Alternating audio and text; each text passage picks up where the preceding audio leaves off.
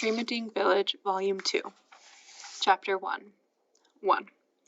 The dusk settles over a day in late autumn. The sun sets above the East Henan plain, a red ball turning the earth and sky a deep shade of crimson. As red unfurls, slowly the dusk turns to evening. Autumn grows deeper, the cold more intense. The village streets are all empty and silent. Dogs are in their dens, chickens at roost in their coops. The cows have returned early from the fields and are snug in their sheds. The silence is intense. Yet, even in the absence of voices or sound, Ding Village lives on. Choked by death, it will not die. In the silent shades of autumn, the village has withered, along with its people. They shrink and wither in tandem with the days, like corpses buried underground. The grass upon the plain has turned brittle and dry. The trees are all bare, the crops have withered. The villagers are shrunken inside their homes, never to emerge again. Ever since the blood came, ever since the blood ran red. Dusk had spread across the plain by the time my grandpa, Ding Shuang, returned from the city. He arrived on the long-distance coach that travels between Wei County and the distant city of Kaifeng, the bus dropping him at the edge of the main road like a fallen leaf. The concrete road linking Ding Village with the outside world was built 10 years ago, when everyone in the village was caught up in the blood-selling boom. As Grandpa stood at the roadside looking towards the village, a gust of wind seemed to clear his head and restore order to his muddled thoughts. Things he hadn't understood before began to fall into place. For the first time since he left the village early that morning to meet with the county cadres, the fog seemed to lift. There, standing at the roadside that linked Ding Village to the rest of the world, realization dawned on him. The realization that with clouds come the rain, that late autumn begets winter's chill, that those who had sold their blood 10 years ago would now have the fever, and that those with the fever would die as surely as the falling leaves.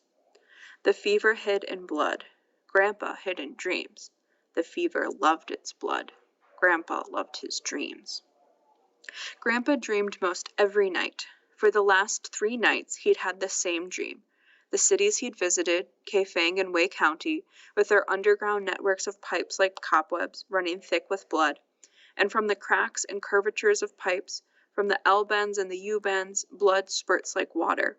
A fountain of brackish rain sprays the air, a bright red assault on the senses. And there upon the plain he saw the wells and rivers all turned red, rancid with the stench of blood. In every city and every township, doctors wept as the fever spread. But on the streets of Ding Village, one lone doctor sat and laughed. Bathed in golden sunlight, the village was silent and peaceful, its residents behind locked doors. But day by day, the doctor in his white lab coat, his physician's bag at his feet, would sit perched upon a rock beneath the scholar trees and laugh. Ha ha ha ha ha. The sunshine would be filled with the sound of laughter. A big, loud belly laugh, ringing out as clear as a bell, strong enough to shake the trees and make the yellow leaves rain down as surely as the autumn breeze. And when the dream had ended, the county bigwigs, the higher-ups, summoned Grandpa for a meeting. Since Ding Village no longer had a mayor, it was left to Grandpa to go instead. He returned to the village with an understanding of certain facts, like a series of links in a chain. The first thing Grandpa had learned was that the fever wasn't really a fever at all. Its proper medical name was Acquired Immune Deficiency Syndrome, or AIDS. The second thing was that those who had sold their blood so many years ago and who had come down with a fever within a fortnight of selling it would now have AIDS. The third thing was that the first symptoms of AIDS wouldn't appear until 8, 9, or even 10 years later. Most people, mistaking the symptoms for a common cold, would take medicine to bring down their fever, and before long they would be back to normal. But a few months later, the disease would flare up again, and the symptoms would be much worse. Weakness, skin sores, ulcers on the mouth and tongue, dehydration, and weight loss. By then you only had a few months to live. You might manage to hang on for 6 months, maybe even 8 or 9, but very few made it through a year.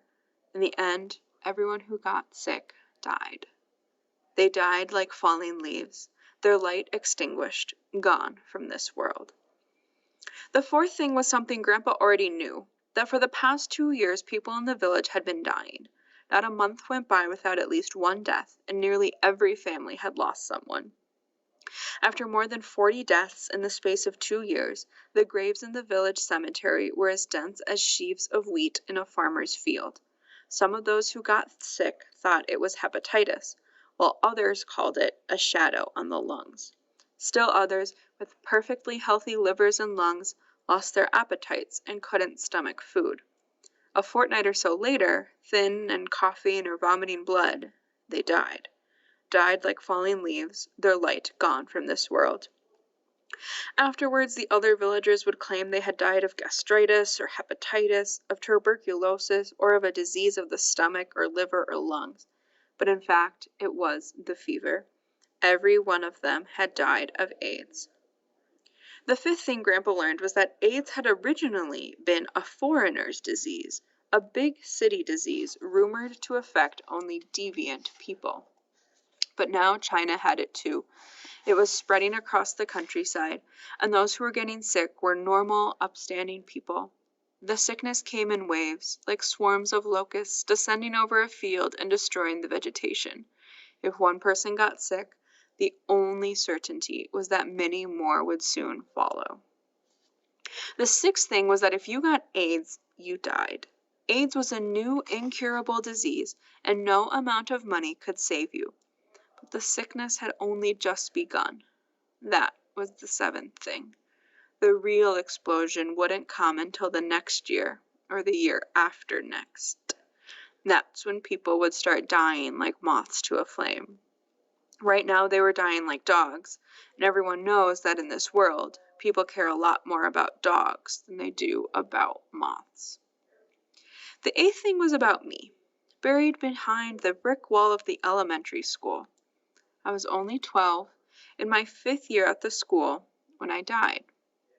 I died from eating a poisoned tomato I found on the way home from school. 6 months earlier, somebody had poisoned our family's chickens. Not long after that, my mother's pig had died after eating a poisoned chunk of radish.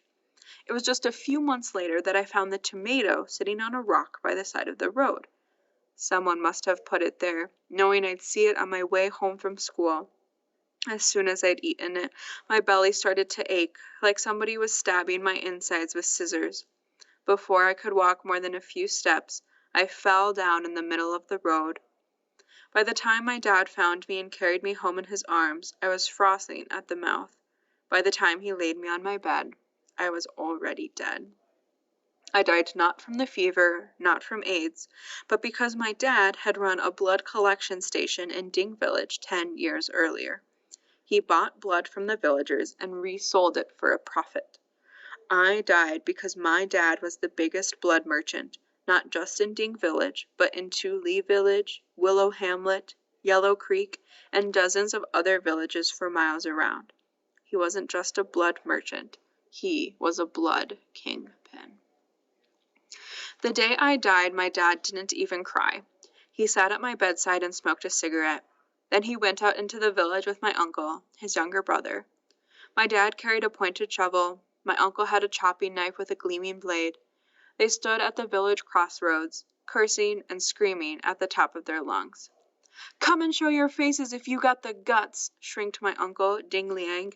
"Don't think you can hide, you poisoning bastards. Come out and see if I don't chop you in two." "So you're jealous of me, is that it?" shouted my father, Ding Hui, planting his shovel in the ground. "Can't stand it that I'm rich and didn't get the fever? Well, fuck you and all your ancestors. First you kill my chickens, then my pigs, and now you think you can get away with poisoning my boy?" Shouting and cursing, the brothers stood at the crossroads from noon until the sky grew dark, but not a single villager came out. No one wanted to answer to my uncle or face up to my father. In the end, all they could do was bury me. They put me in the ground and buried me.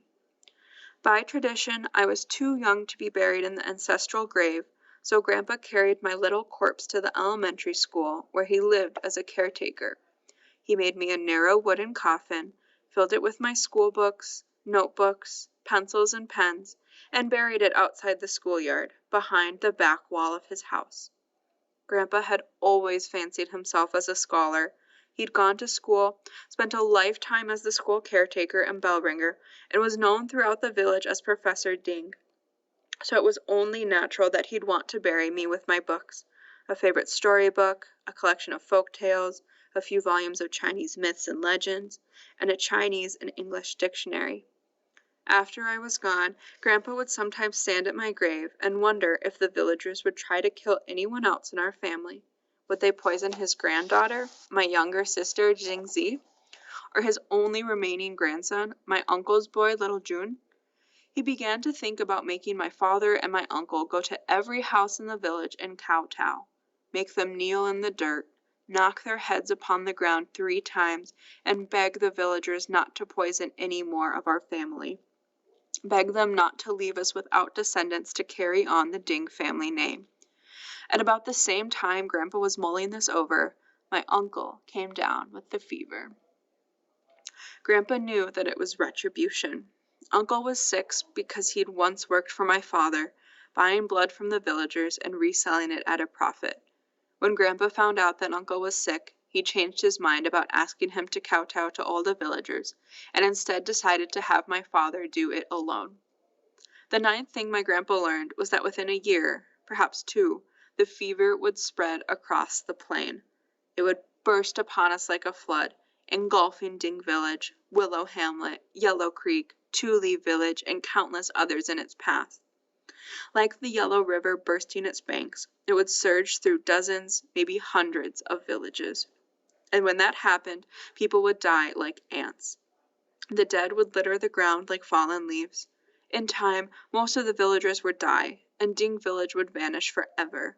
Like leaves upon a dying tree, the villagers would wither and fall to the ground, to be swept away by the wind. The 10th thing Grandpa learned was that the higher-ups wanted to quarantine all the sick people in the village so that they wouldn't spread the fever to the healthy ones, to those who hadn't sold blood. Professor Ding, the cadres said, your son was the biggest blood merchant in the village, so it's only fair that you step up now. You have to use your influence to convince everyone who is sick to move into the village school. When he heard this, my grandpa was silent for a very long time. Even now it makes him uncomfortable, makes him think thoughts that are better left unspoken. When Grandpa thought about my death, he wanted to force my father, the blood kingpin, to go down on his knees and kowtow to every family in the village. And when that was done, my father could throw himself into a well, swallow some poison, or hang himself. Any method would do as long as he died, and the sooner the better, so that everyone in the village could witness his death. It was a shocking thought to imagine my father groveling before the villagers and then being made to commit suicide, a thought Grandpa hadn't thought himself capable of. But when the shock passed, Grandpa began walking into the village in the direction of our house. He was really going to do it. He was going to ask my father to apologize to everyone and then to kill himself, because the sooner my father died, the better.